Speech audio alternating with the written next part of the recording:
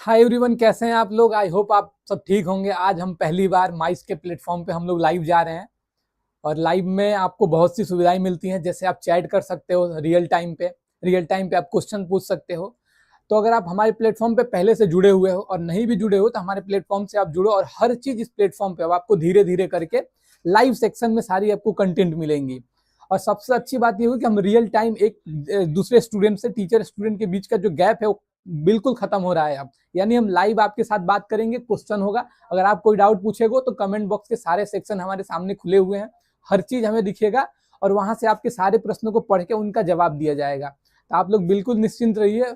और 2-3 लोग जुड़ भी चुके हैं इससे, तो हम लोग क्लास को आगे करते हैं। पिछली क्लास में हमने क्लास का 9th का टॉपिक शुरू किया था, जो हमारा नाम था physical forms and structure and relief. तो उससे आगे का जो पार्ट है उसे हम शुरू करेंगे आज, और आगे के पार्ट में जो चीजें हमारी बची हुई हैं उसे कंप्लीट करेंगे। फिर से मैं आप सबका एक स्वागत करता हूं आज माई स्किल प्लेटफॉर्म पे, क्योंकि हम आप पहली बार मैं आपको बता रहा हूं कि लाइव जा रहे हैं और सारे सेक्शन हमारे सारे टीचर फैकल्टी जो भी हैं अब आपके साथ लाइव बातचीत करेंगे, लाइव हम लोग कंटेंट शेयर करेंगे।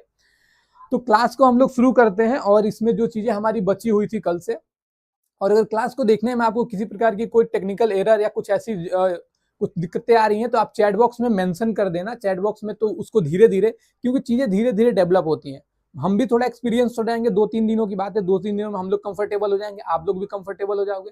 और रही बात टाइमिंग की कि किस टाइम पे 9th की क्लास चलेगी, किस टाइम पे 10th की क्लास चलेगी, तो थोड़ा सा आपको इसके लिए इंतजार करना पड़ेगा, क्योंकि हम लोग अभी अपने सिस्टम को अच्छे से सेटअप कर रहे हैं। सारे फैकल्टी अपना एक टाइम सेट कर लेंगे, फिर हम लोग एक ठीक टाइम पे आएंगे। यानी या तो शाम का समय होगा या तो मॉर्निंग का समय होगा, क्योंकि दोपहर में आपकी स्कूलें चलती हैं तो ये पॉसिबल नहीं है। तो फिलहाल हम लोग लाइव मोड में चल रहे हैं, तो टाइमिंग का भी फिक्स नहीं है, कभी हो सकता है 1 बजे आ जाए, कभी 2 बजे।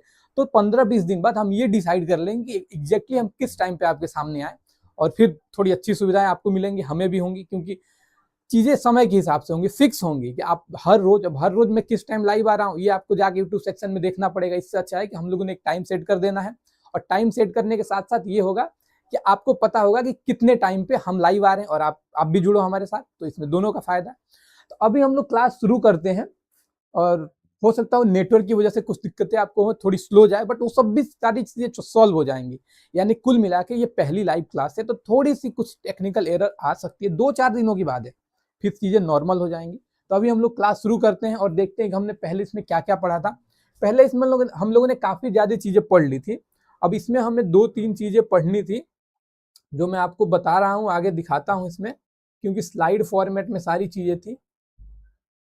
आगे देखते हैं हम इसमें, एक सेकेंड। देखिए, हमने जो भारत का विभाजन पढ़ा था, भौतिक विभाजन, उसमें हमने कई सारे सेगमेंट देखा था कि कितने कितने सेगमेंट है, उसमें क्या क्या पढ़ना है। उसमें हम लोगों ने हिमालय वाला रीजन पढ़ लिया था। हमारा दूसरा सेगमेंट था वो था उत्तरी मैदान का। यानी हिमालय में आपने 3 चीजें पढ़ी थी, कौन कौन सी? महान हिमालय, लघु हिमालय और शिवालिक, ये 3 चीजें आपने पढ़ी थी। उसके बाद आगे की क्लास, आगे जो हमें कंटिन्यू करना है उसमें हम चीजों को कंटिन्यू करेंगे कि जो भौतिक विभाजन हमने किया था उसका वो कितने सेगमेंट में था। लगभग 6-7 सेगमेंट हमने पढ़े थे, जिसमें हम लोग द्वीप तटीय मैदान, उत्तरी मैदान, प्रायद्वीपीय मैदान, ये मरुस्थलीय क्षेत्र, ये सारी चीजों को हम कवर करेंगे। एक चीज हमने इसमें कवर किया था, हिमालय का क्षेत्र। हिमालय में 3 चीजें हमने पढ़े थे, हिमाद्री यानी महान हिमालय, ग्रेट हिमालय और लघु हिमालय। इसमें आप कुछ बच्चे हैं जो कमेंट कर रहे हैं, मैं आपको सर नमस्कार, नमस्कार आप सभी को नमस्कार। एसएसटी क्या नॉलेज। ठीक है, आप लोग कमेंट करते रहिए, जो भी ऑथेंटिक चीजें होंगी आपको रिप्लाई दिया जाएगा। साइंस का क्लास कब से होगा, सारी चीजें आपको बताई जाएंगी। कुछ लोग, आपका नाम? सर मेरा नाम अमित यादव है और मैं आपको इस प्लेटफॉर्म पे सोशल साइंस पढ़ाता हूँ। और बाकी जो भी फैकल्टी आएंगी आपकी, आई होप आप मेरे से पहली बार नाम से परिचित नहीं हो रहे हैं, पहले भी मैंने आपको बताया है, बट ठीक है, नाम में क्या रखा है, काम देखिए आप लोग। तो क्लास शुरू करते हैं, फिर जैसे जैसे कमेंट आते जाएंगे, थोड़ा थोड़ा टाइम हम लोग कमेंट पे भी देंगे, क्योंकि डिस्प्ले सामने लगी है तो बहुत ज्यादा अब थोड़ा आदत डालनी पड़ेगी कमेंट देखने की, क्योंकि अब तक हम लोग रिकॉर्डिंग मोड में चल रहे थे, तो वहां पे हमें, ठीक है, क्लास शुरू करते हैं हम लोग, फिर आपके डाउट्स आराम से देखे जाएंगे। क्लास रेगुलर कब से चलेगी? क्लास रेगुलर है, ऐसा नहीं है, बस संडे को आपको गैप मिलेगा, हर दिन आपको एक क्लासें मिलेंगी और इसके लिए आप बिल्कुल निश्चिंत रहें।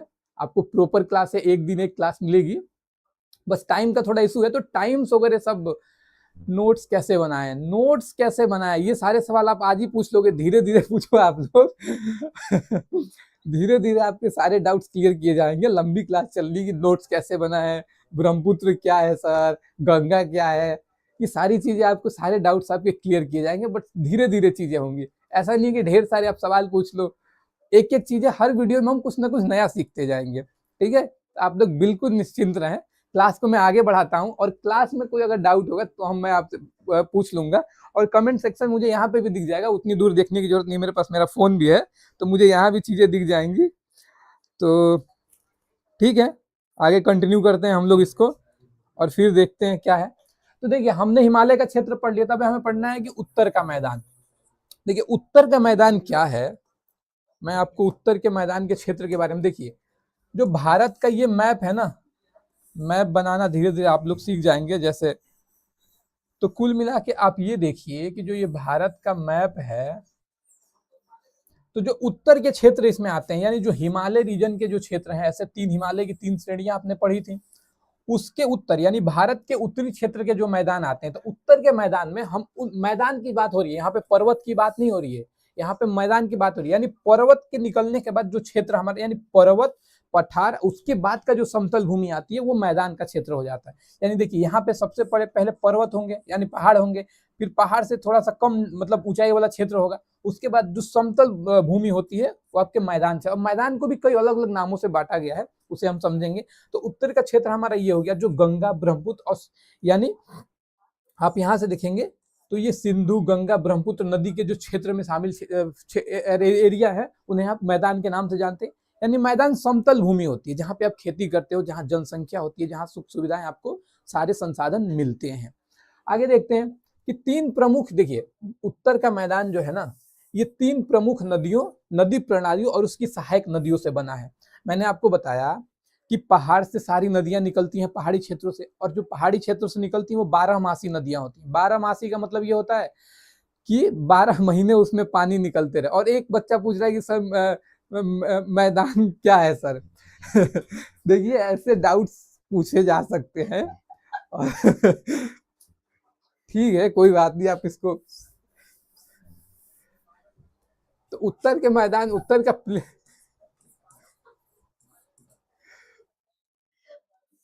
का जो प्लेन है, इसे तीन प्रमुख प्रणाली और उसकी सहायक नदियों से डिवाइड किया गया है।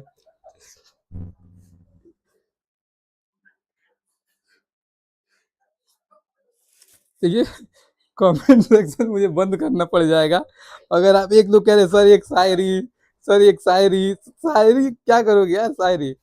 आप ये बताओ कि आपको क्लास लेना है या किसी शायर से पढ़ना है, कहो तो मैं आपको यहाँ बुला देता हूँ, बहुत सारे शायर हैं, आप क्लास पे फोकस करो। और ऐसे होगा कि इसमें कमेंट सेक्शन बंद करने का भी ऑप्शन है, वो बंद भी किया जा सकता है। खैर ठीक है, हम लोग क्लास पे ध्यान देते हैं कि तीन प्रमुख नदी प्रणालियों और उसकी सहायक नदियों से बना एक विशाल मैदान, विशाल मैदान मतलब बड़ा क्षेत्र, यानी सिंधु गंगा ब्रह्मपुत्र का मैदान। आप यहाँ देखेंगे कि ये सिंधु की यहाँ पे सहायक नदियां हैं। अब सिंधु नदी है, यहाँ पे आप देखें कि सिंधु नदी, जो सिंधु नदी है इनकी कई सहायक नदियां हैं। कौन कौन सी है? चिनाब, झेलम, रावी, सतलज, ब्यास। ये 5 मुख्य नदियां हैं जो सिंधु की सहायक नदियां हैं। यानी चिनाब, मैं आपको यहां लिखता हूं, आप लिख लेना, चिनाब, झेलम,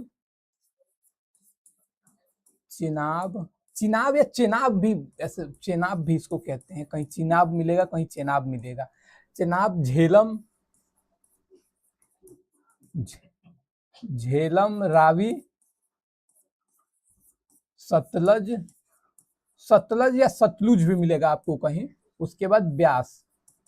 यानी ये मुख्य 5 नदियां हैं जिनसे सिंधु नदी का निर्माण हुआ है। जब हम अपवाह तंत्र पढ़ेंगे ना, तो उसमें हम सारी नदियों के बारे में पढ़ेंगे कि कौन सी नदी की उत्पत्ति कहाँ पे है, कौन सी नदी का मुहाना का मतलब वो होता है कौन सी नदी किस क्षेत्र में जाके खत्म हो रही है, कहाँ पे जाके वो विलुप्त हो रही है, कहाँ पे जाके मिल रही है।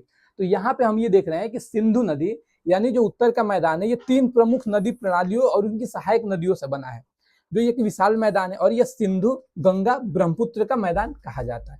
यानी इस क्षेत्र में 3 मुख्य नदियां प्रवाहित होती हैं, जिसमें क्या नाम है, सिंधु, ब्रह्मपुत्र, सिंधु, गंगा और ब्रह्मपुत्र। और ये तीनों नदियां अगर आप पश्चिम से पूरब जाते हैं तो ये सिंधु नदी का क्षेत्र हो जाता है आपका, यहाँ से ये गंगा नदी का क्षेत्र हो जाता है। अब ब्रह्मपुत्र नदी आपके कुछ इस तरीके से ऐसे, इसमें कई सारी आकर नदियां भी मिलती हैं, सहायक नदियां। तो ये सारी चीजें अपवाह तंत्र, यानी जब हम ड्रेनेज सिस्टम पढ़ेंगे तो उसमें ये सारी चीजें हम लोग पढ़ेंगे।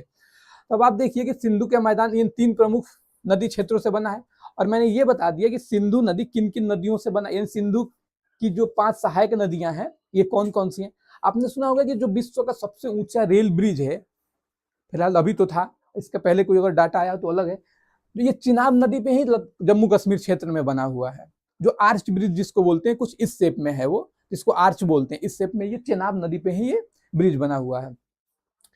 अब देखिए गंगा नदी की मुख्य बातें मैं आपको बता देता हूँ। गंगा की जो सहायक नदी है, एक तो यमुना है, यमुना की कई सारी सहायक नदियां हैं, यानी गंगा की जो सबसे लंबी सहायक नदी है वो है यमुना, और यमुना की ढेर सारी सहायक नदियां हैं, इसमें बेतवा है और आपके सोन नदी है, तमाम ऐसी नदियां हैं, केन नदी है, उस सारी नदियां, सोन नहीं है तो ये सारी नदियां इसमें शामिल होती हैं। अब ब्रह्मपुत्र का मैदान, अब ब्रह्मपुत्र देखिए, गंगा का मैदान तो उत्तर प्रदेश बिहार पूरा गंगा का मैदान है, यानी उत्तर प्रदेश और बिहार का पूरा क्षेत्र गंगा के मैदान में शामिल है।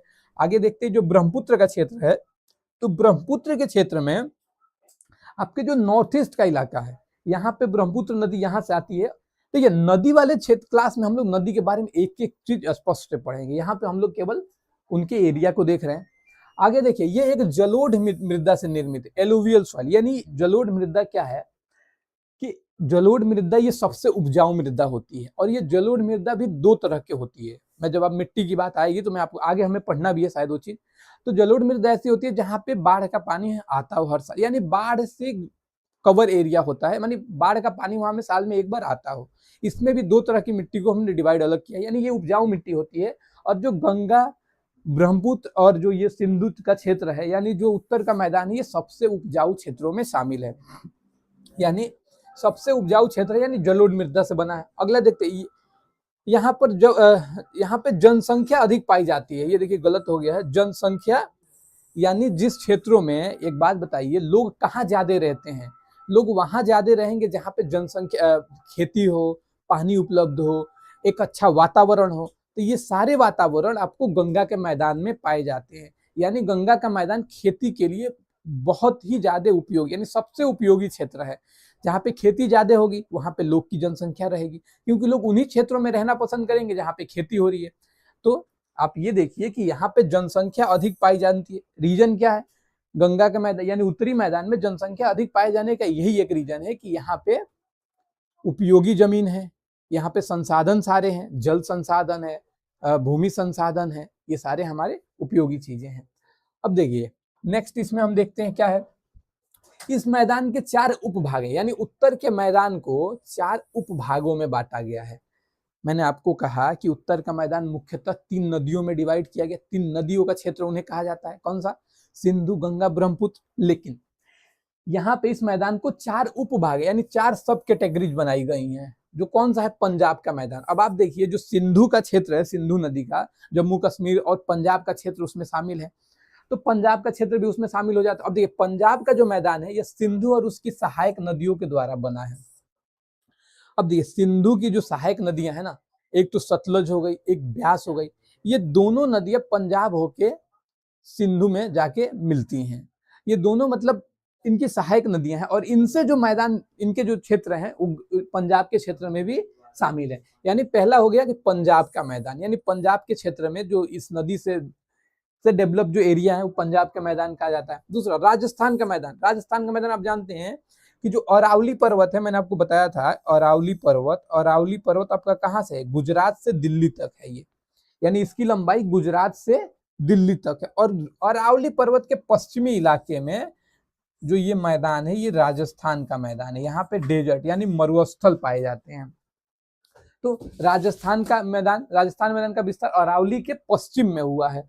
अरावली के पश्चिम का मतलब अरावली के पश्चिमी क्षेत्र में राजस्थान का क्षेत्र और गुजरात का क्षेत्र आपका शामिल हो जाता है।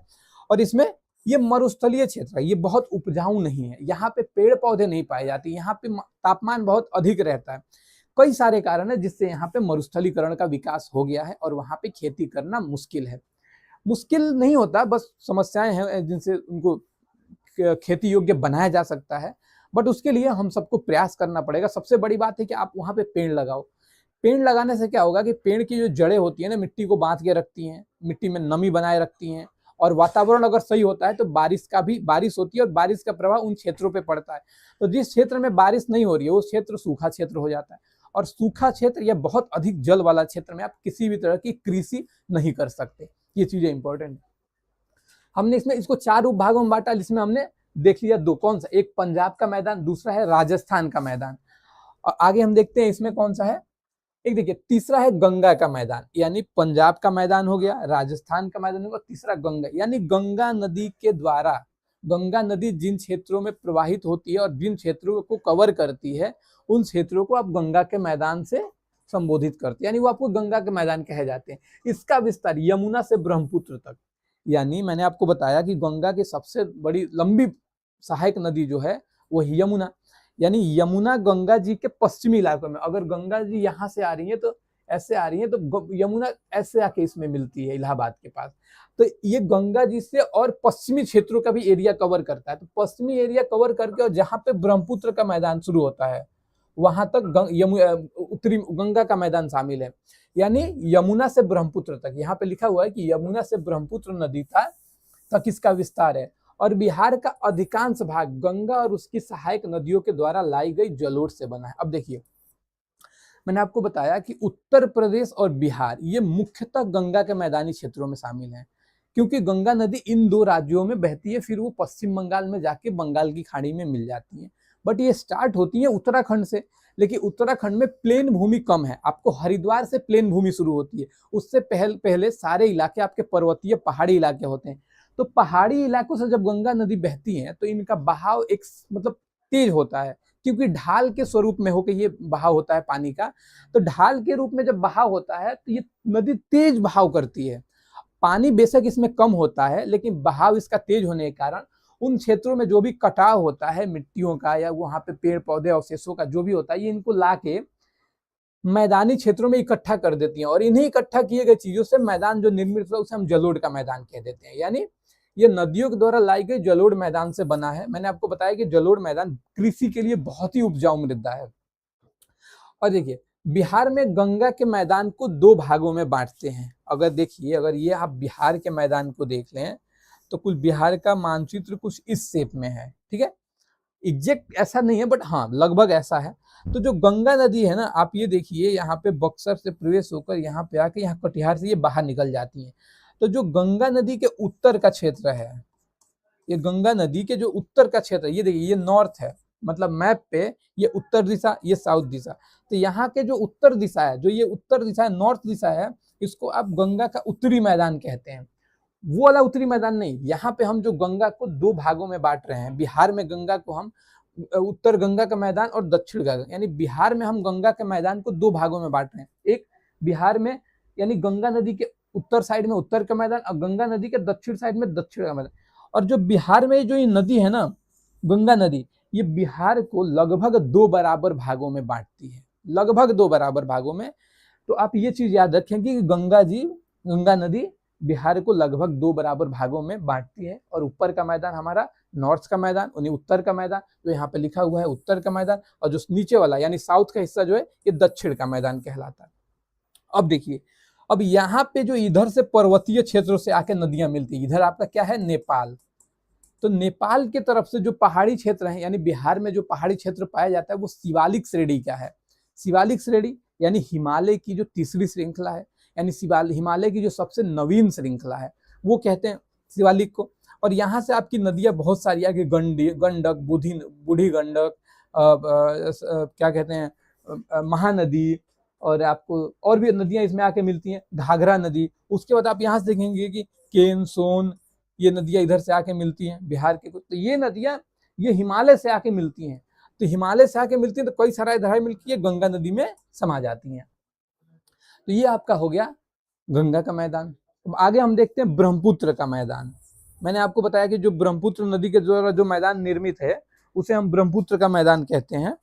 तो ब्रह्मपुत्र के मैदान में ब्रह्मपुत्र नदी द्वारा ब्रह्मपुत्र नदी और उनकी सहायक नदियों द्वारा जो मैदान बने हैं उन्हें आप ब्रह्मपुत्र का मैदान, देखिए ब्रह्मपुत्र मैदान के बीच में स्थित, देखिए ब्रह्मपुत्र मैदान बेसिकली ब्रह्मपुत्र नदी द्वारा निर्मित है, लेकिन इसकी एक खास बात यह है कि ब्रह्मपुत्र नदी की जो सहायक नदियां हैं ये ढेर सारे गाद यानी ढेर सारे ये अवसाद लेके आती हैं, सेडिमेंट लेके आती हैं, जिनको हम सेडिमेंट यानी गाद, चूना पत्थर, कई तरह की मिट्टियां, अवशेष ये ला के मैदानी क्षेत्रों में जब इनका बहाव धीमा हो जाता है तो इनको ये कहीं ना कहीं इकट्ठा करने लगती हैं।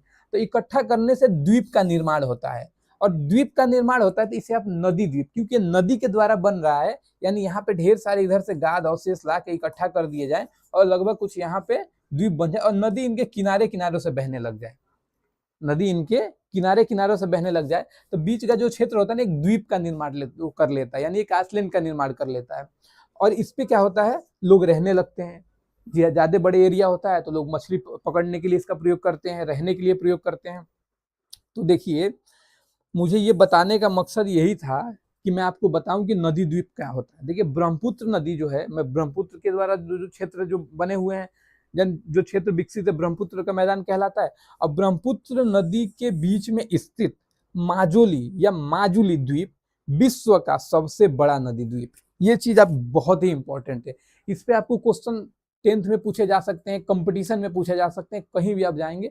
ये एक ऐसा उदाहरण है, एग्जाम्पल है विश्व का कि ब्रह्मपुत्र नदी के बीच में स्थित माजुली द्वीप, माजुली द्वीप क्या है, ब्रह्मपुत्र नदी द्वारा लाए गए अवशेषों से निर्मित एक द्वीप है।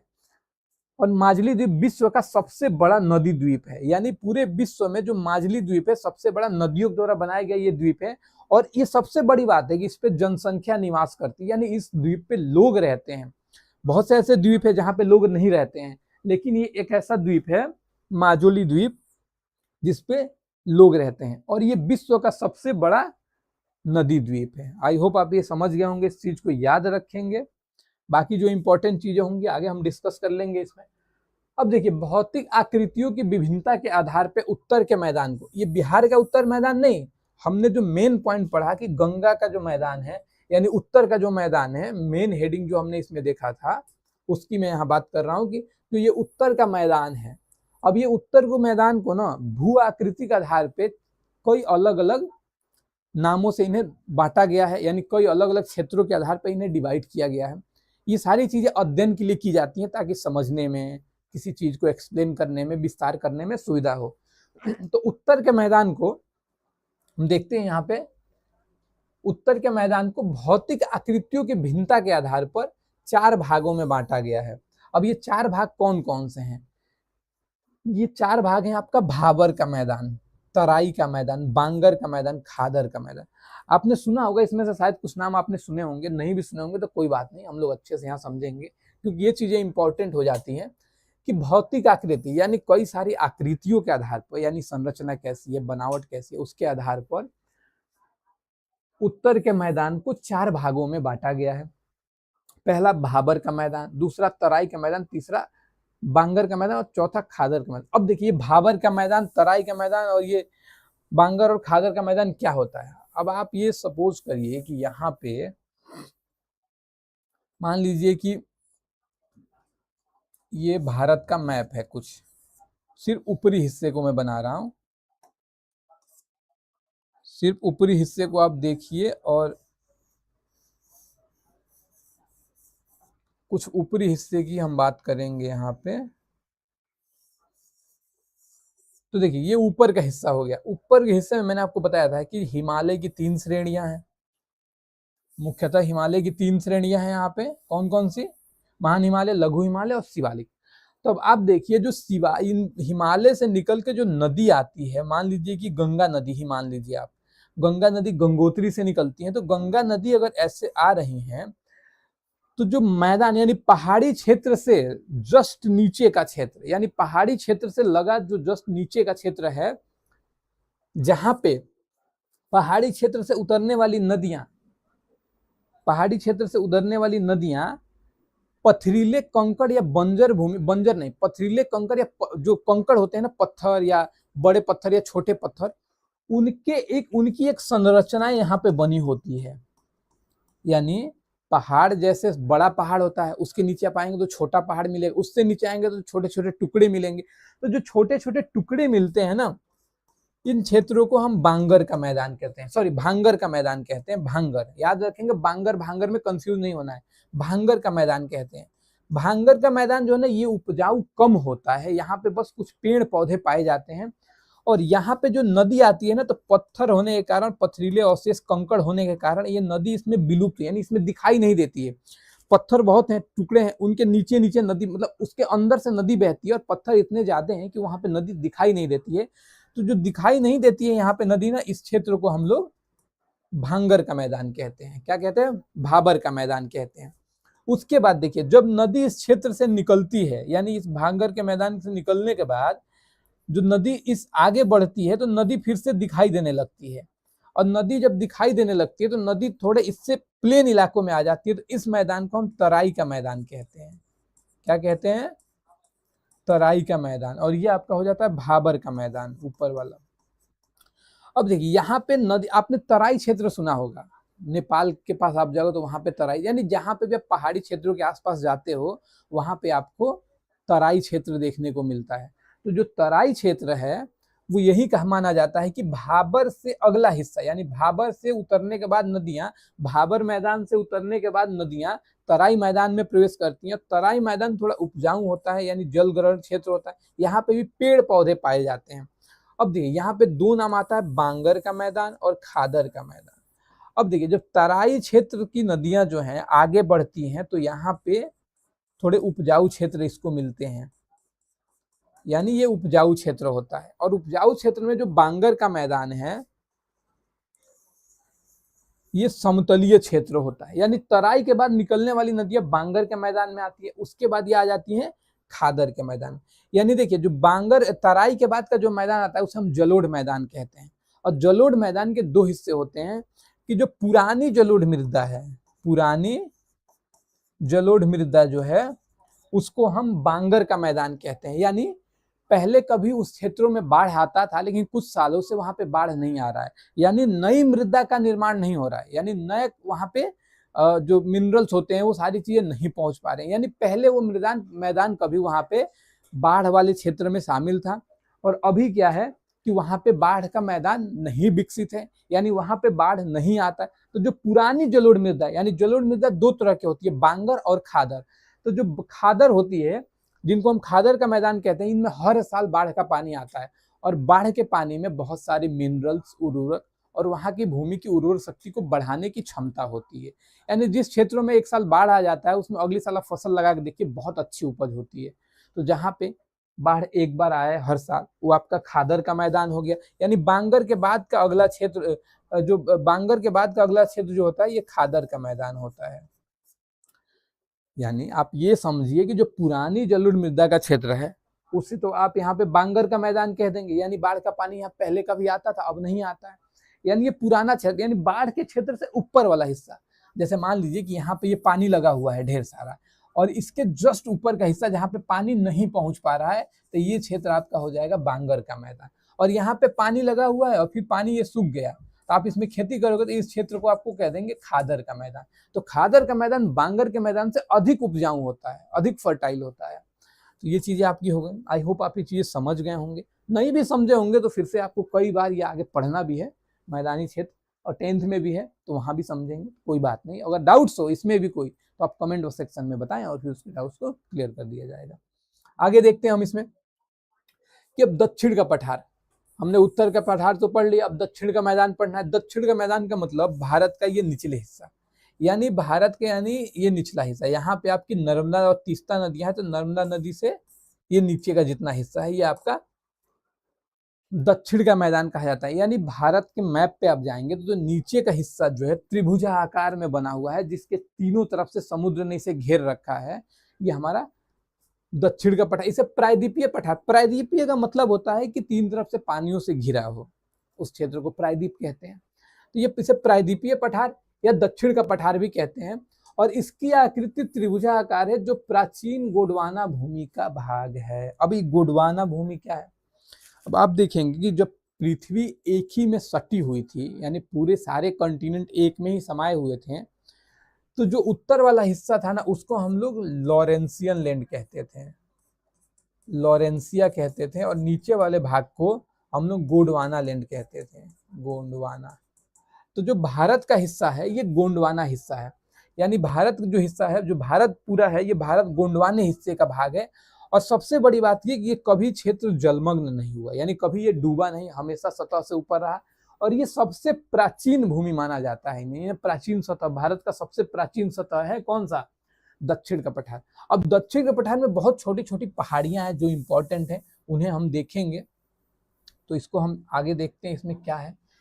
इसमें तो एक मैप लगा हुआ है, लेकिन मैं आपको इससे पहले कुछ और दिखाता हूं। देखिए, दक्षिण के पठार को दो भागों में बांटा गया है, एक होता है मध्य उच्च भूमि और एक होता है आपका अगला जो है वो देखिए दक्कन का पठार। यानी दक्षिण के पठार को दो भागों में बांट के पढ़ते हैं, मध्य उच्च भूमि और दक्कन का पठार। तो पहले मध्य उच्च भूमि को देखते हैं, फिर इसको मैं मैप पे दिखाऊंगा, जो मैं छोटा सा इंसर्ट किया हूं उस पर। तो देखिए, जो मध्य उच्च भूमि का जो क्षेत्र है, मध्य उच्च भूमि का यह अधिकतर भाग मालवा का पठार कहलाता है। आपने मालवा का पठार का नाम सुना होगा, और नहीं सुना होगा तो मैं आपको बता रहा हूँ, मेरे से सुन लीजिए कि जो मालवा का पठार है ये मध्य उच्च भूमि का भाग, यानी भारत का जो ये वाला शेप है, तो यहाँ पे आपको मालवा का पठार पाया जाता है। कई सारे पठार इन क्षेत्रों में आपको पाए, एक एक करके मैं आपको सबको बताऊं। देखिए, इसमें आपको मालवा का पठार, यानी अधिकतर भाग मालवा का पठार कहलाता है उच्च भूमि का। इसमें आपको बुंदेलखंड, बघेलखंड और छोटा नागपुर का पठार स्थित है। तो अब इतनी चीजों को आप मैप पे देखिए। मैप पर अगर आपको स्पष्ट नहीं दिख रही होंगी तो मैं आपको, मैप दिख रहा है वैसे, मैप साफ दिख रहा है, तो ऐसी कोई बात नहीं है, नहीं भी लिखेगी तो मैं समझा दूंगा लिख के। देखिए, मैंने आपको बताया मालवा का पठार। देखिए, ये पूरा मैप लगभग पूरा नहीं है, ये आप केवल दक्षिण का मैप देख रहे हैं। यहाँ पे देखिए, ये गुजरात राजस्थान का क्षेत्र, ये गंगा का क्षेत्र है, उससे नीचे का जो क्षेत्र हमारा हो गया, ये पूरा हमारा प्रायद्वीपीय मैदान हो गया, यानी ये दक्षिण का पठार हो गया। तो यहाँ पे देखिए, मैंने आपको बताया मालवा का पठार। ये देखिए, ये विंध्यन श्रेणी है और ये सतपुड़ा श्रेणी है। तो विंध्यन और सतपुड़ा के बीच में यहाँ से आपको एक नदी आती है जिसको हम लोग नर्मदा नदी कहते हैं, और ये नदी जो है ना उल्टा प्रवाहित होती है, यानी पूरब से पश्चिम। यहाँ पे एक अमरकंटक श्रेणी है, यहाँ पे बाकी चीजें बहुत सी जानने वाली हैं, बट जितना आपके बुक्स में इंपॉर्टेंट है उतना मैं आपको बता रहा हूँ कि यहाँ पे एक अमरकंटक श्रेणी है और यहीं से ये नदी निकलती है। यहाँ से और भी दो तरह की नदियां निकलती हैं, तो आगे आपको जानना है, बहुत चीजें यहाँ नहीं। देखिए, ये दोनों पठार, ये सतपुड़ा श्रेणी है, सॉरी विंध्याचल श्रेणी है, और ये सतपुड़ा, यानी पहाड़ों को नाम दे दिया गया है अलग अलग नाम से, हम इन्हें जानते हैं। तो एक नीचे जो हो गई ये सतपुड़ा श्रेणी हो गई, और जो ऊपर वाली श्रेणी हो गई ये हमारी विंध्यन। देखिए, ये विंध्यन श्रेणी हो गई। आप विंध्याचल गए हो, नहीं गए हो तो कभी जाना। तो जो विंध्याचल के पास आपको पहाड़ दिखेंगे, जहाँ पे विंध्याचल वाला मंदिर है, वो इसी विंध्याचल श्रेणी में है, यानी इसी विंध्याचल पर्वत पे विंध्याचल मंदिर है। और सतपुड़ा श्रेणी, जब आप नर्मदा जाना, कभी मध्य प्रदेश जाना, तो वहां पे आपको नर्मदा और तापी नदी का क्षेत्र है, तो वहां पे जाओगे तो आपको सतपुड़ा श्रेणी मिलेगी। तो यहाँ रहा आपका मालवा का पठार। अब मालवा का पठार इसमें हो गया, ये क्या है, विंध्यन श्रेणी के उत्तर में स्थित है, यानी उत्तर पश्चिम में। और अरावली पर्वत, अरावली पर्वत मैंने आपको बताया जो राजस्थान के क्षेत्रों में। तो मालवा का पठार ये ऊंची समतल भूमि होती है, प्लेन भूमि होती है, जो खासकर बेसाल्ट चट्टानों से बनी होती है। बेसाल्ट चट्टान यानी जब ज्वालामुखी होता है, जब ज्वालामुखी, आप जानते हो कि जब मैग्मा जो नीचे होता है ना, जब ज्वालामुखी गर्म गलित पदार्थ, यानी पृथ्वी के नीचे जो गर्म पदार्थ होते हैं बहुत ज्यादा तापमान के साथ गल जाते हैं, और उनमें आग होती है, एनर्जी होती है, वाष्प होता है, तो वो ऊपर की ओर निकलना चाहते हैं। तो ऊपर की ओर जब ये आते हैं ना, तो नीचे इसी गर्म गलित पदार्थ को मैग्मा कहते हैं, और जो सतह को ये तोड़ के, जब सतह को ये तोड़ते हैं तो इन्हें हम ज्वालामुखी क्रिया कहते हैं, ज्वालामुखी क्रिया। और ज्वालामुखी क्रिया के कारण ये एक विस्फोट होता है, और विस्फोट के कारण जब ज्वाला, यानी जो मैग्मा सतह पे आके फैलने लगता है, तो हम इसे लावा कहते हैं। यानी सेम चीज अगर पृथ्वी के अंदर हो तो इसे आप मैग्मा कहते हैं, और ये सतह से ऊपर आ जाए ज्वालामुखी क्रिया से तो इसे हम लावा कहते हैं। तो लावा के गाढ़ेपन से ये डिसाइड होता है कि किस तरीके की चट्टान बनेगी। जो ये प्रक्रिया हो रही है, इससे निकलने वाला जो गाढ़ा पदार्थ है वो आग्नेय क्रिया होती है, यानी इग्नियस रॉक का निर्माण होता है। यानी इग्नियस प्रोसेस होता है, और इससे निर्मित जो चट्टानें होती है उन्हें हम इग्नियस रॉक कहते हैं। और इग्नियस रॉक को कई सारे उनके गाढ़ेपन के आधार पर उनके कोई अलग अलग नामों से जानते हैं। तो उसी में का एक नाम है बेसाल्ट चट्टान, बसाल्ट या बेसाल्ट उसे कहते हैं। तो बसाल्ट चट्टानों से निर्मित ये सतह होती है। ठीक है, इतना आप जान गए। अब इसमें मैंने आपको और क्या बताया कि यहाँ पे आपको बुंदेलखंड बघेलखंड का पठार है। तो बुंदेलखंड बघेलखंड का पठार देखेंगे तो इसी के आसपास आपको ये पठार मिलता है। इस मैप पे नहीं दिया हुआ है, लेकिन इसी के आसपास मतलब उत्तर प्रदेश और मध्य प्रदेश की सीमा पे कहीं यहाँ पे थोड़ा सा राजस्थान के आसपास भी बुंदेलखंड या बघेलखंड का पठार मिलता है। मुझे आपको ये बताने का मकसद ये है कि जो प्रायद्वीपीय भाग है भारत का, उसमें मध्य उच्च भूमि क्षेत्रों में ही आपको बुंदेलखंड और बघेलखंड, और छोटा नागपुर का पठार आपको झारखंड में पाया जाता है। जो छोटा नागपुर का पठार झारखंड में पाया जाता है। और देखिए विंध्याचल और सतपुड़ा का पठार भी स्थित, मैंने जो आपको पर्वत दिखाया वहां पे पठार भी स्थित है, और विंध्याचल और सतपुड़ा का पठार है वो हो गया। छोटा नागपुर पठार का विस्तार बिहार के गया जिले तक है। अब आप ये देखिए कि बिहार का गया जिला, ये निचला हिस्सा बिहार का है और यहाँ पे गया है, तो बिहार का ये गया जिला है यहाँ पे। तो गया जिला का जो छोटा नागपुर का पठार है, और नीचे ये झारखंड है, ये आपका झारखंड है और ये बिहार है, और यहाँ पे गया जिला है। तो जो छोटा नागपुर के पठार का विस्तार है ना, ये बिहार के गया जिले तक लगता है। आप ये चीज याद रखेंगे। दूसरी बात, हजारीबाग का पठार, हजारीबाग कहाँ है? झारखंड में है। झारखंड में हजारीबाग का आपको पठार मिलता है, और हजारीबाग पठार के पूरब में आपको पारसनाथ की पहाड़ी स्थित है। ये सारी चीजें आपको नाम एटलीस्ट तो याद रखना है, कि नाम अगर आप समझोगे तो मैप पे आप इसे ढूंढ लोगे। यानी ये देखिए, जो प्रायद्वीपीय पठार के उच्च भूमि का ही भाग, बुंदेलखंड का पठार, मालवा का पठार, बघेलखंड का पठार, छोटा नागपुर, हजारीबाग का पठार और पारसनाथ की पहाड़ी, ये सब आपकी प्रायद्वीपीय मध्य उच्च भूमि का ही हिस्सा है। अब आगे आप देखिए कि हजारीबाग पारसनाथ की पहाड़ी स्थित। अब देखिए सतपुड़ा के दक्षिण में तापी नदी घाटी है। इसी मैप पे देखिए कि जो ये सतपुड़ा श्रेणी है, और सतपुड़ा श्रेणी के इधर आ पाएंगे तो दक्षिण हो जाएगा, और अगर ऊपर जाते हैं तो उत्तर हो जाएगा। तो जो नर्मदा नदी है ना, ये विंध्याचल श्रेणी और सतपुड़ा श्रेणी के बीच से होकर प्रवाहित होती है, और ये अरब सागर में आके मिलती है, यहाँ पे अरब सागर में गिर जाती है। और यही कंडीशन तापी नदी भी फॉलो करती है, कि तापी नदी भी यहाँ से निकल के और ये भी उल्टा बहते हुए अरब के खाड़ी में आके गिर जाती है, जो सतपुड़ा के दक्षिणी हिस्से में स्थित है। ये चीज आप समझ गए। अब देखिए, नर्मदा और तापी दोनों नदियां भ्रंश घाटी से हो। भ्रंश घाटी का मतलब हो गया कि मान लीजिए कि ऐसे पहाड़ क्षेत्र हैं दोनों तरफ, और बीच में नदियों ने बहते बहते काट काट के एक रास्ता बना लिया है, और पहाड़ तो उठ गए साइड वाले, बट जो बीच का पहाड़ है ये नहीं उठ पाया, क्योंकि जब भी उठता था नदियों ने उसका कटाव कर देना था। यानी पानी से भी भूमि का क्षरण होता है। अपर्दन के कारक में मैंने आपको बताया था, वायु और जल। तो जल क्या है? पहाड़ों को भी काट देता है, वो धीरे बहुत धीमी प्रक्रिया होती है। तो ऐसा है कि जब दो भ्रंश घाटी यानी दो ऊंचे क्षेत्र या पठारी क्षेत्र, दोनों तरफ पठारी क्षेत्र ऊंचे और बीच से थोड़ी खाई से नदी प्रवाहित हो रही है, आप इसे कह देते हैं कि ये भ्रंश घाटी से होकर जा रही है। आई होप ये चीजें आप समझ गए होंगे।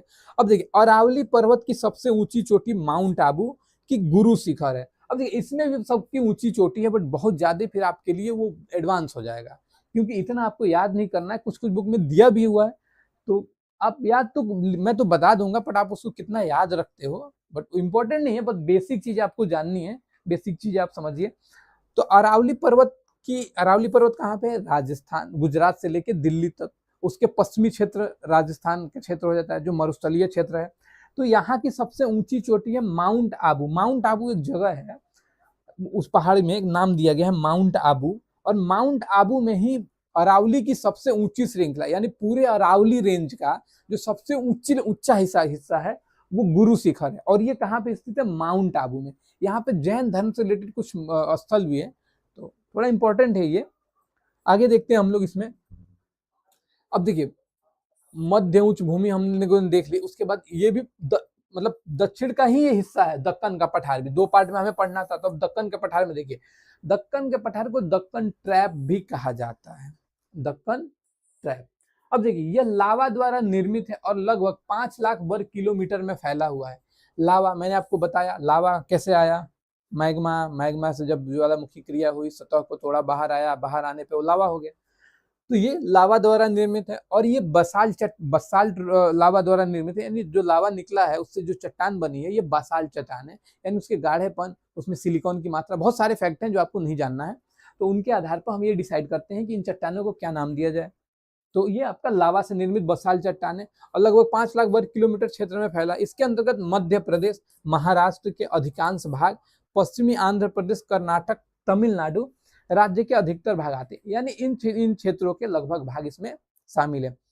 यहाँ लावा की अधिकतम अनुमानित गहराई 2134 मीटर तक है, किंतु पूरब और उत्तर की ओर इसकी गहराई अपेक्षाकृत कम है। ये बहुत चीज आपको नहीं जानना, बस आप ये जानिए कि इसको दक्कन ट्रैप के नाम से भी जानते हैं। ये लावा द्वारा निर्मित है और इसमें मध्य प्रदेश, महाराष्ट्र और अधिकांश भाग, और इसमें आपको आंध्र प्रदेश, कर्नाटक और तमिलनाडु के अधिकांश भाग इसमें शामिल है। नेक्स्ट देखते हैं कि पश्चिमी घाट पर्वत उत्तर में। अब देखिए पश्चिमी घाट पर्वत आपको जानना है, इंपॉर्टेंट है, क्योंकि पश्चिमी घाट क्या है, जब आप प्रायद्वीपीय क्षेत्रों में जाते हो, हमने प्रायद्वीपीय का मैदान पढ़ रहे हैं, तो प्रायद्वीपीय क्षेत्रों में आप जाते हो तो देखो ये हमारा प्रायद्वीपीय क्षेत्र हो गया। तो प्रायद्वीपीय क्षेत्र के पश्चिम इलाकों में एक पर्वत श्रेणी पाई जाती है जिसे हम सह्याद्री या पश्चिमी घाट कहते हैं, और ठीक इससे ही पैरेलल पूर्वी घाट पर पूर्वी घाट की श्रेणी पाई जाती है, यानी पूर्वी पहाड़ी पाई जाती है। तो ये दोनों तटीय क्षेत्रों में, यहाँ से आने पे समुद्र शुरू हो जाता है और इधर जाने पे समुद्र शुरू हो जाता है। तो पश्चिमी घाट की जो श्रेणी है इसे आप सह्याद्री या पश्चिमी घाट कहते हैं, और ये पूर्वी घाट की श्रेणी है। तो आप ये देखिए कि पश्चिमी घाट पर्वत उत्तर में तापी नदी के बाएं तट से प्रारंभ होकर, यानी यहाँ पे तापी नदी है, तापी, इसके ऊपर सतपुड़ा है और फिर सतपुड़ा और विंध्यन श्रेणी के बीच में नर्मदा नदी है। तो देखिए तापी से शुरू होकर ये यहाँ पे कन्याकुमारी तक जो पश्चिमी क्षेत्र का जो घाट है, यानी पश्चिमी क्षेत्र में तापी नदी से कन्याकुमारी तक के घाट को हम पश्चिमी घाट के नाम से जानते हैं। यहाँ पे दिया हुआ है कि ये उत्तर में तापी नदी के बाएं तट से, अब बाएं तट दाएं तट छोड़ दो, से प्रारंभ होकर दक्षिण में कन्याकुमारी अंतरीप तक 1600 किलोमीटर लंबा में फैला हुआ, यानी ये पूरा जो फैला हुआ है यहाँ कन्याकुमारी तक, ये टोटल 1600 किलोमीटर है। अब आपके मन में एक सवाल आ रहा होगा कि यार ये नदी के बाएं तट और दाएं तट को कैसे डिवाइड करते हैं। अब मान लीजिए कि कोई नदी ऐसे बह रही है, ठीक है, तो जिधर तरफ नदी बह रही है ना वहां पे आप खड़े हो जाओ, उधर ही मुंह करके खड़े हो जाओ। देखो ये नदी इधर बह रही है तो इधर मैं मुंह करके खड़ा हो गया, तो नदी के मतलब जिधर नदी बह रही है ना उधर मुंह करके खड़े हो जाओगे तो आपके दाएं तरफ, यानी आपके लेफ्ट तरफ नदी का भी लेफ्ट होगा और आपके राइट तरफ नदी का भी राइट होगा। तो ये चीजें आप दिमाग में डाल लो कि जिधर नदी बह रही हो, ये नदी इधर जा रही है, इधर से इधर जा रही है, तो आप उधर जिधर नदी बह रही हो उधर तरफ मुंह करके खड़े हो जाओ, और अपने लेफ्ट नदी का भी लेफ्ट होगा और आपके राइट नदी का भी राइट होगा। तो यही कह रहे हैं कि ये नदी, तापी नदी उल्टा बह रही है ना, उधर से इधर आ रही है, तो उधर से इधर आई, आप उल्टा खड़े हो जाओ, फिर देख लो कि दाएं की बात हो रही है कि बाएं की बात, यानी राइट की बात हो रही है कि लेफ्ट की बात हो रही है। अब देखिए ये जो 1600 किलोमीटर का क्षेत्र है इसे सह्याद्री की पहाड़ी भी कहते हैं, यानी पश्चिमी घाट की इन पहाड़ियों को सह्याद्री के नाम से भी इसको जानते हैं। यहाँ 4 प्रमुख दर्रे उत्तर से दक्षिण क्रमशः पाए जाते हैं। अब दर्रे क्या होते हैं ना, पहाड़ जो है ना, ये पहाड़ है तो आने जाने का मार्ग होता है, यानी पहाड़ द्वारा इसको काट के बनाया गया है, या ये नेचुरली कटा हुआ है किसी न किसी एक कारण से। मैंने आपको बताया कि पानी भी काटने का काम करता है, हो सकता है कि कभी इन क्षेत्रों से पानी का बहाव हो, अब नहीं है, तो इनसे क्या होता है बीच बीच में रास्ते, ये पहाड़ कटे होते हैं और आने जाने का मार्ग देते हैं। तो ये मार्ग जो होते हैं इन्हें हम दर्रे कहते हैं, दर्रा। तो ये जो दर्रा होता है, इन घाटों में 4 आपको दर्रा पाया जाता है, थाल घाट, भोर घाट, पाल घाट और सेनकोट्टा। अब देखिए ये किसी न किसी जगह को लिंक करते हैं, यानी जोड़ते हैं। मान लीजिए इधर पे कोई जगह है, यहाँ पे कोई एक जगह है, यहाँ पे कोई एक जगह है, यहाँ पे कोई एक जगह, इन दोनों को जोड़ने का काम करते हैं। तो फिलहाल आपको इतना जानना है कि इस घाट में दर्रा होता है। दर्रा क्या होता है मैंने आपको बता दिया, दल्ले की बात नहीं कर रहा हूँ, दर्रा की बात कर रहा हूँ। आप दर्रा शब्द से परिचित हो तो दर्रा जो होता है, अब दरार समझो ना यार, दरार मतलब 2 गैप, आपको मतलब किसी भी चीज में आपको अगर कोई लाइनिंग दिखती है या थोड़ा गैप दिखता है उसे आप दरार कहते हो। तो गैप एक तरह का है, इसे आप गैप ही कहते हो। तो ये गैप आपका है दर्रा। ये 4 तरह के इसमें पाए जाते हैं पश्चिमी घाट में, स्पेशली ये पश्चिमी घाट के हैं। ये किन किन जगह को लिंक करते हैं ये आपके लिए इंपॉर्टेंट नहीं है, ये इंपॉर्टेंट है कि इन श्रेणियों में कौन से दर्रे पाए जाते हैं। अब देखिए दक्षिण की ओर पश्चिमी घाट पर्वत नीलगिरी की पहाड़ी द्वारा पूर्वी घाट से अलग होता है। और ये पर्वत यहाँ पे नीलगिरी की पहाड़ी है, और नीलगिरी की एक गांठ है जिसे आप ऊटी, ऊटी का नाम सुना होगा आपने, जिसका पूरा नाम उटक मंडलम उसे कहते हैं। तो जो ऊटी है ना, ये एक गांठ के रूप में यहाँ से पश्चिमी घाट की श्रेणी आके मिलती है और यहीं से पूर्वी घाट की श्रेणी भी मिलती है। तो यहाँ पे नीलगिरी जो है ये एक पूर्वी घाट और पश्चिमी घाट दोनों एक ही पॉइंट पे जहाँ मिलती हैं उसे हम नीलगिरी के पर्वत कहते हैं। और नीलगिरी के पर्वत में ऊटी नाम का जगह है जिसे आप ऊटी घूमने जाते हैं लोग, जिसे उटक मंडलम भी कहते हैं। ये चीजें आपकी इंपॉर्टेंट थी जो हो गई। आगे अब हम देखते हैं इसमें कि यहाँ की सबसे ऊंची चोटी, यानी यहाँ पे पूर्वी घाट की बात हो रही है कि पश्चिमी घाट पर्वत नीलगिरी की पहाड़ियों द्वारा पूर्वी घाट से मिलता है। तो जो पूर्वी घाट की जो सबसे ऊंची चोटी है, यानी यहाँ की सबसे ऊंची चोटी है दोदा बेट्टा है, जो यानी सबसे ऊंचा जो पहाड़ है पूर्वी घाट में उसे आप दोदा बेट्टा के नाम से जानते हो, उसका नाम ही दोदा बेट्टा है। दूसरा, लेकिन दक्षिणी पहाड़ की सबसे सर्वोच्च शिखर, ये तो पूर्वी घाट की बात हो गई, लेकिन दक्षिण में जितने भी पहाड़ हैं उन सारे पहाड़ों में जो सबसे ऊंचा पहाड़ है, सारे पहाड़ों में जो सबसे ऊंचा पहाड़ है उस पहाड़ का नाम है अन्नामलाई की श्रेणी में स्थित अन्नाई मुड्डी, यानी अन्नामलाई की पहाड़ी। देखिए पहाड़ियों को अलग अलग नामों से बांट दिया जाता है ताकि पढ़ने में समझने में थोड़ी सी सुविधा हो। तो उस सुविधा के अनुसार अब जो अन्नामलाई का पहाड़ है उस पहाड़ का जो सबसे ऊंचा शिखर है उसका नाम है अन्नामुंडी, और वो कितना है 2695 मीटर है। अब देखिए पूर्वी समुद्री तटीय मैदान के समानांतर महानदी के घाटी से दक्षिण में नीलगिरी तक दक्षिण पूर्वी विस्तार है। यानी जो ये क्षेत्र है मैंने आपको ये बताया, ये यहाँ से महानदी से शुरू होता है, यहाँ पे उड़ीसा में महानदी है, तो महानदी से शुरू होके यह आपका कन्याकुमारी तक आ जाता है पूर्वी घाट। तो यहाँ पे यही बात लिखी हुई पूर्वी घाट पर्वत तक फैला है। और देखिए यह खत्म हो गया इतना। अब देखिए तटीय मैदान आपका शुरू होता है। हमने दक्षिण का दक्षिण के पठार को पढ़ लिया, दक्षिण के विस्तार को पढ़ लिया जिसमें हमने उच्च भूमि और दक्कन का पठार। दक्कन के पठार में हमने क्या देखा, सह्याद्री यानी पश्चिमी घाट और पूर्वी घाट। पूर्वी घाट में क्या इंपॉर्टेंट चीजें थी वो देख लिया। ये देखिए दोनों ना पैरेलल हैं, मतलब यहाँ पे ये दोनों पैरेलल हैं, यानी ये पूर्वी घाट और पश्चिमी घाट एक दूसरे के पैरेलल ही हैं। ये पूर्वी घाट पे, ये पश्चिमी घाट पे है, और यहाँ का जो क्षेत्र है अरब सागर है, और इधर का जो क्षेत्र है ये बंगाल की खाड़ी है। देखिए इसमें जानने के लिए तो बहुत सी चीजें हैं, बट आपके लेवल पे क्लास 9th के लिए जितनी चीजें इंपॉर्टेंट है इतना ही अगर आप जान लो तो आपका बहुत ही अच्छा ग्रोथ होगा। बट इंपॉर्टेंट चीजें हैं जो भी हैं उसको अच्छे से मैंने आपको बताया। ये ऐसा सिलेबस है ना, जीएस मतलब जनरल स्टडी एक ऐसा सिलेबस है जिसकी लिमिट ही नहीं है। आप कोई एक किताब उठाओ उसको पूरा पढ़ दो, फिर उसी टॉपिक पे आप किसी दूसरी बुक को उठाओ, आपको 10 बातें नहीं मिल जाएंगी। और कुछ नहीं तो हर साल रिसर्च होते रहता है, हर साल कुछ ना कुछ ऐसी चीजें आती हैं जहाँ पे कुछ कुछ नया भी ऐड होता है। तो ये टॉपिक बहुत ही ब्रॉड है, मतलब आप पढ़ते रह जाओगे, खत्म नहीं होने वाला। इसीलिए इसको लिमिटेड वे में पढ़ना है, यानी जितना इंपॉर्टेंट है उस चीज को पढ़ना है। आप 9th में हो तो 9th के हिसाब से पढ़ो, 10th में हो तो 10th के हिसाब से पढ़ो, 12th में हो तो 12th के हिसाब से पढ़ो। क्लास के हिसाब से आपको डिसाइड करना, और कंपटीशन में हो तो कंपटीशन के हिसाब से पढ़ो। ये चीजें इंपॉर्टेंट है। अब देखिए तटीय मैदान क्या होते हैं। मान लीजिए कि ये हमारा उत्तर का मैदान हो गया और ये तट का, यानी समुद्री क्षेत्र से लगे क्षेत्र को आप तटीय मैदान कह देते हो, कोस्ट लाइन। तो ये चीज आप समझ गए। पहले ही मैंने आपको बता दी तटीय मैदान यानी दक्षिण के पठार के दोनों किनारे, यानी ये दक्षिण का हमारा ये पठार था, बीच में ये पठार था, यहाँ पे सह्याद्री, यहाँ पे पूर्वी घाट था, इसके दोनों तरफ यहाँ पे दोनों किनारों पे तटीय मैदान का विस्तार है। यहाँ पे ये तटीय मैदान, ये एक पैरेलल तटीय मैदान, यानी तट से, यानी मुख्य भूमि से लगा क्षेत्र होता है दोनों तरफ, उसे हम तटीय मैदान कहते हैं। इस मैदान का निर्माण समुद्री क्रियाओं के द्वारा या नदियों के द्वारा बहाकर लाई गई मिट्टी के बहाव द्वारा हुआ है। यानी जो मेन क्षेत्रों से नदियां बहाकर नदियों द्वारा बहाकर जो मिट्टी लाई जाती है ना, वो इन क्षेत्रों में इकट्ठा कर दी जाती है। तो इकट्ठा करते करते धीरे धीरे इस क्षेत्र का विकास हो जाता है और ये तटीय मैदान का निर्माण हो जाता है यहाँ पे। उसके बाद देखिए इस मैदान को के दो बड़े भाग हैं, एक तो पश्चिमी तटीय मैदान यानी ये वाला पश्चिम वाला, और एक पूरब वाला। समझ गए होंगे।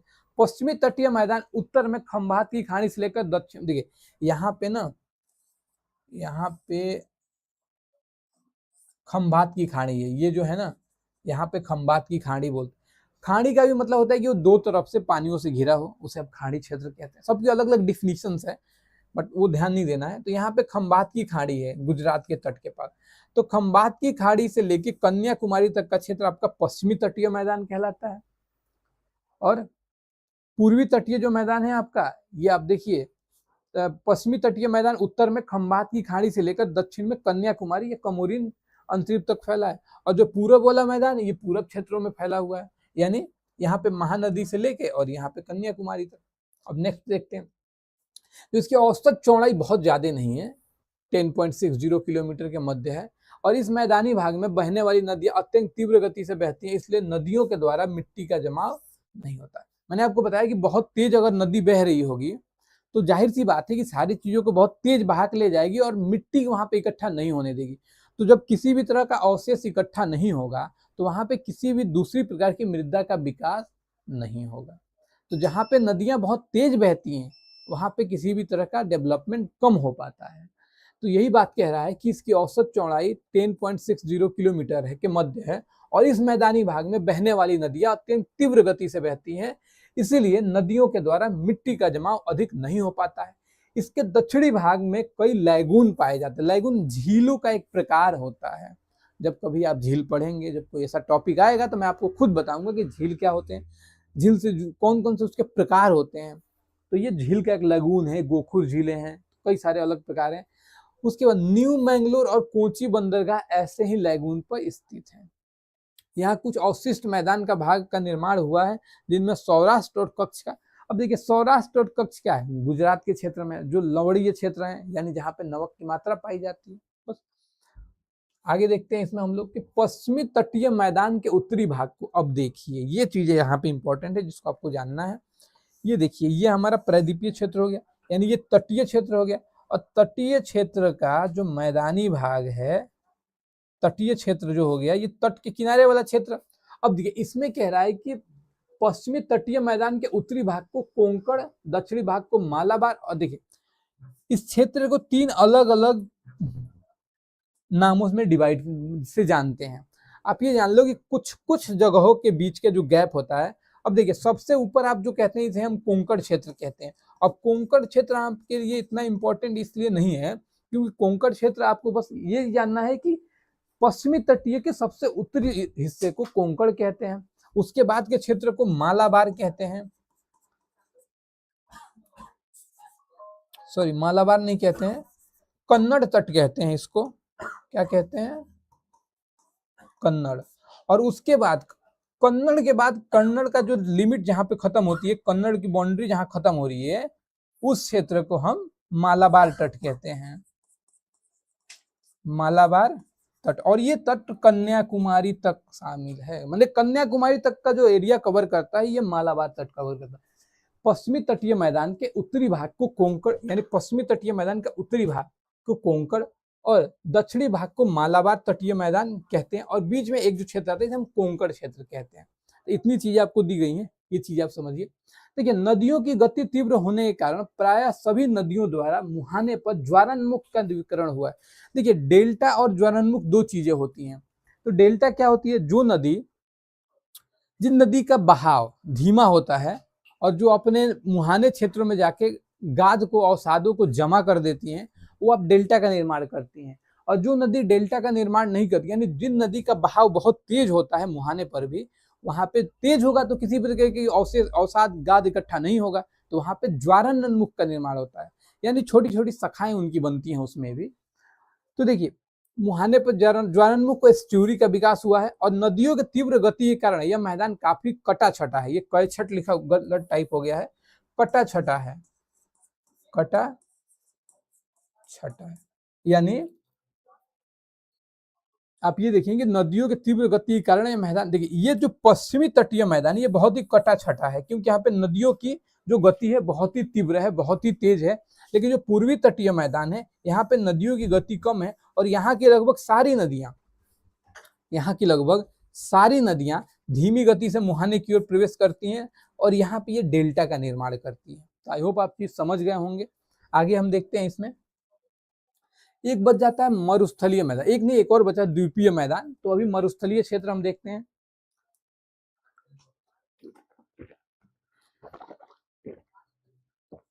देखिए मरुस्थलीय जो क्षेत्र होता है ये राजस्थान का क्षेत्र है। मरुस्थल कहाँ पाए जाते हैं? राजस्थान में, और कुछ गुजरात के इलाके शामिल होते हैं। तो राजस्थान के पश्चिम में एक बड़ा शुष्क प्रदेश है जिसे भारतीय मरुस्थल या राजस्थान का मैदान कहा जाता है। राजस्थान में अरावली पर्वत, अरावली पर्वत ये हो गया, अरावली पर्वत के पश्चिम में यानी इधर साइड में जो मैदान है, जो बहुत ही शुष्क मैदान है, पेड़ पौधे कम पाए जाते हैं, कृषि के लिए उपजाऊ नहीं होता है, तापमान उच्च पाया जाता है, उस मैदान को आप मरुस्थल का, भारतीय मरुस्थल का मैदान कहते हैं। और ये राजस्थान का मरुस्थल कहा जाता है। यहाँ पे जैसे थार का मरुस्थल भी है। यहाँ पे अगर आपसे पूछा जाए कि थार का मरुस्थल कहाँ पाया जाता है, तो भारत में। और ये भारत के साथ साथ इसका विस्तार पाकिस्तान वाले क्षेत्रों में भी हुआ है। देखिए ये 6 से 44 किलोमीटर लंबा और 160 किलोमीटर चौड़ा है। ये एक एवरेज बनाया गया होगा, उस पर आप ध्यान नहीं दें। इसका कुल क्षेत्रफल इतना है, इस क्षेत्रफल भी ध्यान नहीं देना है। यह प्रायः शुष्क जलवायु वाला क्षेत्र, मैंने आपको बताया कि शुष्क जलवायु यानी बहुत ही ड्राई वहां पे क्लाइमेट पाया जाता है, बहुत ही ड्राई वहां पे मौसम होता है, यानी नमी की मात्रा बहुत ही कम होती है। देखिए जहां पे वर्षा 15 सेंटीमीटर से कम, 15 नहीं या 25, 15 भी ठीक है, लेकिन लगभग ये माना जाता है कि 25 सेंटीमीटर से कम जहां पे वर्षा होती है वो आपका शुष्क क्षेत्र यानी मरुस्थलीय क्षेत्र की कैटेगरी में आ जाता है। तो यहाँ पे वर्षा 25 सेंटीमीटर, अब 25 सेंटीमीटर क्या, कुछ गैजेट होते हैं, कुछ डिवाइसें होती हैं जिनको लगाया जाता है जगह जगह पे, और वर्षा की मात्रा वो सेंटीमीटर और एमएम में काउंट करते हैं। तो 25 सेंटीमीटर ये डिसाइड किया गया कि पूरे एक साल में, यानी पूरे मानसून सीजन में या पूरे एक सालों में अगर वहाँ 25 सेंटीमीटर से एवरेज वर्षा अगर कम होती है तो उसे आप मरुस्थलीय क्षेत्र की कैटेगरी में शामिल कर दे। ये शुष्क क्षेत्र होता है, ये चीज आप समझ गए हैं। अब आगे देखिए, बरसात के मौसम में कुछ नदियां नजर आती इन क्षेत्रों में, जो मरुस्थल का क्षेत्र है। जब बारिश होगी तो यहाँ पे कुछ नदियां आपको दिखाई देंगी, लेकिन समय के साथ बालू की मात्रा इतनी ज्यादा है नहीं कि वो बालू में ही विलीन हो जाती है, खत्म हो जाती है।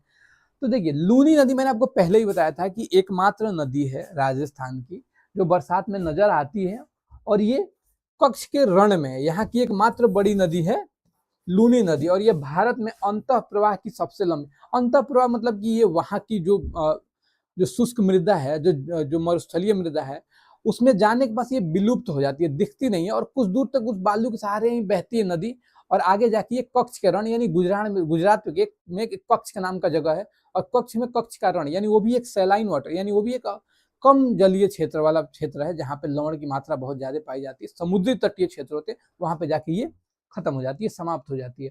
यहाँ पे लिखा हुआ है इस नदी का अंत कच्छ के रण में हो जाता है। अब देखिए जो मरुस्थलीय क्षेत्र है ना, यहाँ पे कुछ समय के बाद बालू में विलीन हो जाती है, और यहाँ पे बालू, देखिए बालू के टीले, आप मरुस्थलीय क्षेत्र में जाएंगे ना तो बालू के टीले, टीला क्या होता है, कहीं चीजें इकट्ठा हो गई हैं, ढेर सारी चीजें इकट्ठा हो जाती है, आप कहते हो ये टीला बन गया है।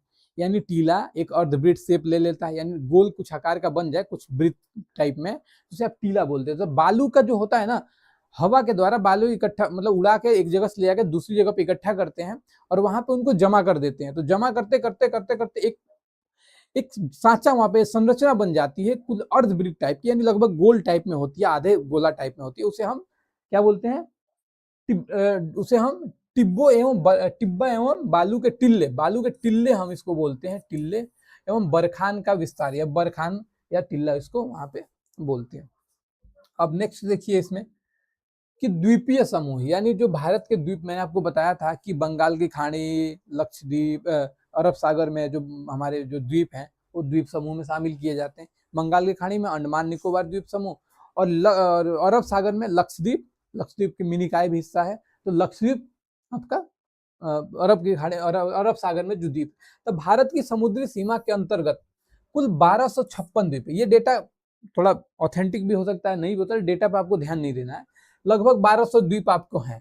द्वीप छोटे छोटे हैं, मतलब किसी का 2 स्क्वायर किलोमीटर के एरिया शामिल है, किसी का 5 है, किसी का 10 है, तो ऐसे छोटे छोटे द्वीप है। यानी भारत की समुद्री सीमा के अंतर्गत लगभग 1200 द्वीप है, और ये मुख्यतः 2 समूहों में है। एक बंगाल की खाड़ी में जो द्वीप समूह है, जो में लगभग 572, यानी कुछ लगभग 572, लगभग 500-600 द्वीप बंगाल की खाड़ी में है, जिसके 36 द्वीपों पर आबादी रहती है। अरब सागर में 47 द्वीप हैं, और इसके अतिरिक्त गंगा सागर और महानदी के डेल्टा में अनेक नदी द्वीप हैं। अब देखिए भारत और श्रीलंका के बीच भी कई छोटे छोटे द्वीप हैं और इसी प्रकार के गुजरात, केरल मतलब तमाम जगहों पे पाई जाती है। लेकिन मुख्यतः द्वीप की अगर बात हो तो आप बंगाल की खाड़ी में स्थित द्वीप अंडमान निकोबार को समझेंगे और अरब सागर में स्थित लक्षद्वीप द्वीप को आप समझेंगे। ठीक है, आगे देखते हैं हम इसमें कि इस द्वीप समूह को देखिए। अब यहाँ पे एक इंपॉर्टेंट बात यह है कि जो बंगाल की खाड़ी में बड़े नदी द्वीप समुद्रों को अंडमान और निकोबार द्वीप समूह के नाम से जाना जाता है। अंडमान और निकोबार, तो अंडमान निकोबार कई सारे द्वीपों का समूह है और अंडमान भी है और निकोबार। अब इसको दो हिस्से में अगर बांट ले तो इसमें ढेर सारे अंडमान के हिस्से हो गए। ये अंडमान द्वीप हो गया अंडमान, और उसके नीचे आ जाता है आपका निकोबार। अब निकोबार में कई सारे अलग अलग द्वीप है, सबका अलग अलग नाम है, उतना इंपॉर्टेंट उतना गहराई में जाके आपको नहीं पढ़ना है। तो यहाँ पे ये कह रहा है कि इन द्वीप समूहों को 10 डिग्री चैनल दो भागों में बांटता है। यानी अंडमान निकोबार द्वीप समूह के बीच में ना एक अक्षांश रेखा है जिसे हम चैनल के नाम से जानते हैं, या आप इसको कह सकते हैं कि एक जल संधि है। 10 डिग्री जल संधि आप इसको भी कह सकते हैं। तो 10 डिग्री चैनल ही आप याद ध्यान रखें, 10 डिग्री चैनल है, यानी ये 10 डिग्री अक्षांश है और 10 डिग्री उत्तरी अक्षांश है, नॉर्थ। ये 10 डिग्री उत्तरी अक्षांश अंडमान और निकोबार को दो बराबर दो अलग अलग हिस्सों में बांट देती है, यानी दो हिस्सों में बांट देती है। यहाँ पे तो दो भागों में बांटती है और ये द्वीप जलमग्न पर्वतों के ऊपरी भाग हैं, यानी कुछ द्वीप इसमें से जलमग्न हो गए। 2004 में सुनामी आई थी, तो सुनामी में जो हमारा सबसे दक्षिणी हिस्सा है इंदिरा पॉइंट जिसको आप कहते हैं, तो इंदिरा पॉइंट 2004 की सुनामी में डूब गया था। लेकिन फिर अब ये पानी के स्तर से ऊपर आ गया है, यानी पानी यहाँ पे कम हो गया है और ये अभी वहां पे जनसंख्या नहीं रहती है। तो बस इतनी चीजें इसमें इंपॉर्टेंट है। और आगे देखते हैं इसमें क्या है। अरब सागर के द्वीप में लक्षद्वीप है। मैंने आपको बताया कि बंगाल की खाड़ी की बात हो तो अंडमान निकोबार, और जब अरब सागर की बात हो तो लक्षद्वीप और मिनिकॉय। केवल लक्षद्वीप याद रखेंगे, मिनिकॉय भी लक्षद्वीप का ही हिस्सा है, तो आप लक्षद्वीप भी याद रखेंगे चल जाएगा। पूरा द्वीप समूह प्रवाल निक्षेप से बना है। प्रवाल क्या होते हैं ना, एक जलीय जीव होते हैं जिसपे कैल्शियम कार्बोनेट की परत जम जाती है, और कैल्शियम कार्बोनेट की परत जमने के बाद ना उनकी थोड़ी सी हार्डनेस आ जाती है, यानी उनको थोड़ा सा प्रोटेक्शन मिल जाता है और उनको कोई खा नहीं पाता और आपस में जुड़ के रहते हैं। और जुड़ के रहने से ना कुछ रंग बिरंगे आकृतियां आपको जल में दिखाई देने लगती हैं, यानी कुछ कलरफुल हो जाते हैं ये। और कलरफुल होते हैं तो आपको दिखा देंगे तो ये एक तरह के शैवाल ही होते हैं, एक तरह के सूक्ष्म जीव होते हैं जिनका निर्माण जलीय क्षेत्रों में होता है। इनके ऊपर कैल्शियम कार्बोनेट की एक लेयर पाई जाती है, बस इतना ही याद रखना है।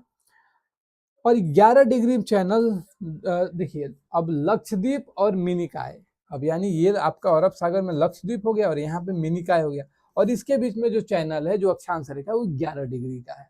तो बहुत ज्यादा चैनल आपको याद नहीं है, बेसिक आप समझिए, अपना कॉन्सेप्ट डेवलप करिए। बाकी जब क्वेश्चन आंसर करेंगे तो क्वेश्चन आंसर को तो पूरा करना है हमें। ये चीजें इतनी हमारी यहाँ हो गई। देखिए अब इसमें कुछ बचता नहीं है। ये सेकंड टॉपिक जो है आपका पूरी तरह से खत्म हुआ। अब हम क्या करेंगे कि अब तक हमने ज्योग्राफी के 2 टॉपिक पढ़ लिया है 9th क्लास के, तो अब हम ज्योग्राफी को छोड़ के किसी दूसरे विषय पे बात करेंगे। हो सकता हो हिस्ट्री हो, पॉलिटी हो या इकोनॉमिक्स हो। तो अभी तो मैं नहीं बता सकता कि मैं कौन सा आपके लिए लेके आऊंगा, बट जब लेके आऊंगा तो मैं आपको एग्जैक्ट सारी चीजें बताऊंगा। हम इसी पैटर्न पे पढ़ेंगे हर चीज को, लेकिन इसमें हमारा क्वेश्चन आंसर करना अभी बाकी रह रहा है। तो पहले हम इसमें क्वेश्चन आंसर को करेंगे। जब क्वेश्चन आंसर हमारा कंप्लीट हो जाएगा तो ये चैप्टर 2 टॉपिक इसके कवर हो गए। ऐसे ही हम 10th क्लास में भी करेंगे कि 2-3 टॉपिक उसके भी, जो टॉपिक रिलेटेड है। मेरे कहने का मतलब ये है कि जो टॉपिक एक दूसरे से इंटरकनेक्टेड या रिलेटेड हैं, उन टॉपिक्स को हम एक साथ कवर करेंगे। और जो रिलेटेड नहीं है, जो ऑटोनोमस है, यानी मतलब उनको आप एक एक करके पढ़ सकते हैं, तो उनको हम एक एक करके पढ़ेंगे। तो फिलहाल 2 टॉपिक हमने इसमें पढ़ा ज्योग्राफी में, क्वेश्चन इसके कर लेंगे। और क्वेश्चन के बाद, क्वेश्चन जिस दिन मैं कराऊंगा उस दिन मैं आपको बता दूंगा कि नेक्स्ट क्लास हमारी किस सब्जेक्ट की होगी और उसमें हम क्या पढ़ेंगे। तो पहले आप जाइए, सारे लेक्चर को कंप्लीट करिए, फिर आप क्वेश्चन आंसर वाले फॉर्मेट में आइए। और हम लोग हमेशा अब लाइव मिलेंगे, हम लोग अब हमेशा लाइव मिलेंगे। चाहे टाइमिंग तो फिक्स नहीं है, बट लाइव मिलेंगे। और आप सबको अगर टाइम मिले तो इस समय आप जुड़ें और अपने डाउट्स क्वेश्चंस को बिल्कुल पूछें। हर चीज आपके लिए प्रोवाइड कराई जा रही है एकदम अच्छी क्वालिटी में। माइस प्लेटफॉर्म आपके लिए बहुत बढ़िया से काम कर रहा है, बहुत ही ऑर्गेनाइज तरीके से काम कर रहा है, और पूरी तरह से हम एस्टेब्लिश हो चुके हैं इस फील्ड में। तो आप हमारे साथ बने रहें, क्योंकि हम लंबे समय तक चलने वाले लोग हैं। और बिल्कुल जो आपके डाउट्स हैं वो पूरी तरह से फुलफिल किए जाएंगे, यानी सॉल्व किए जाएंगे, दूर किए जाएंगे। सारी फैकल्टी आपको लाइव मिलेगी, धीरे धीरे चीज़ों की डेवलपमेंट होगी, हर चीज़ धीरे धीरे डेवलप हो रही है, आप भी होंगे, हम भी होंगे, हमारा सिस्टम भी होगा, सारे तंत्र। तो इस चीज़ को यहीं ख़त्म करते हैं, आगे हम लोग मिलते हैं आपसे नेक्स्ट क्लास में, और नेक्स्ट क्लास हमारा होगा क्वेश्चन आंसर का, 9th वाला ही होगा जिसमें क्वेश्चन आंसर का होगा। थैंक यू, आप लोग स्वस्थ रहें, अच्छे रहें, पढ़ाई करते रहें, बाकी जल्दी मिलेंगे ऑनलाइन में। धन्यवाद।